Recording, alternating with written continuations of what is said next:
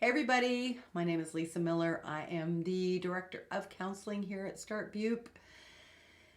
Just another bi-weekly video, but guess what? Today we're going to talk about a couple things on our laundry list, a couple things that another counselor, maybe my boss, has asked me to share with you guys. It's kind of like a little laundry list. Every once in a while we need to remind patients of just how we do things, what everything means here, just kind of to-do list. So first we're going to talk about drug screens, which we like to call tox, and we need one of those a month.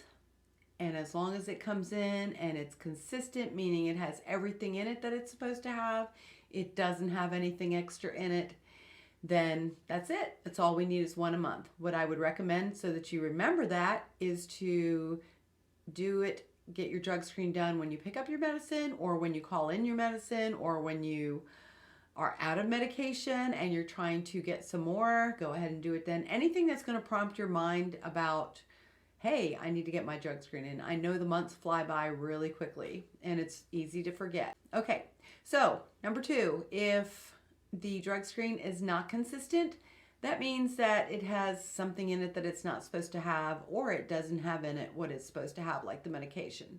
So at that point, you're going to get a call from a counselor, say, hey, what's going on? I saw this and this and this. And so maybe you're going to report that, hey, you know what? I was struggling, had a really bad month, and the brain tells us to medicate when we don't feel good, right? That's part of the disease. So then we'll say, hey, let's spend some time talking about what you can do instead. So it'll tell us that we need to set up some appointments with you, or you need to get on the group meetings to get some added support while you're struggling. Okay, that's what that means. So send in your drug screen once a month.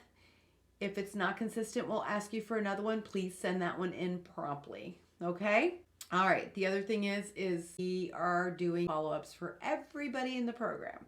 So that means that you're going to meet with the doctor on Zoom, or come in if you're local, whichever you prefer if you live close by, and he's going to ask you a bunch of questions about what you've been doing, medical history, have you had any surgeries, how you're doing in your life, what's become better, and just details so that we can have the follow-up in your chart. So we want to make sure that we stay up to date on what's going on with each and every one of you, because we truly care.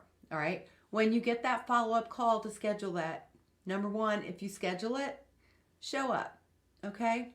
Everybody has an iPhone and they can make an appointment in their phone. If you don't, I have a paper calendar at home as well as my phone. I put it on everything, all right? Every appointment I have, it goes on 2 different calendars and my calendar at work so that I don't forget.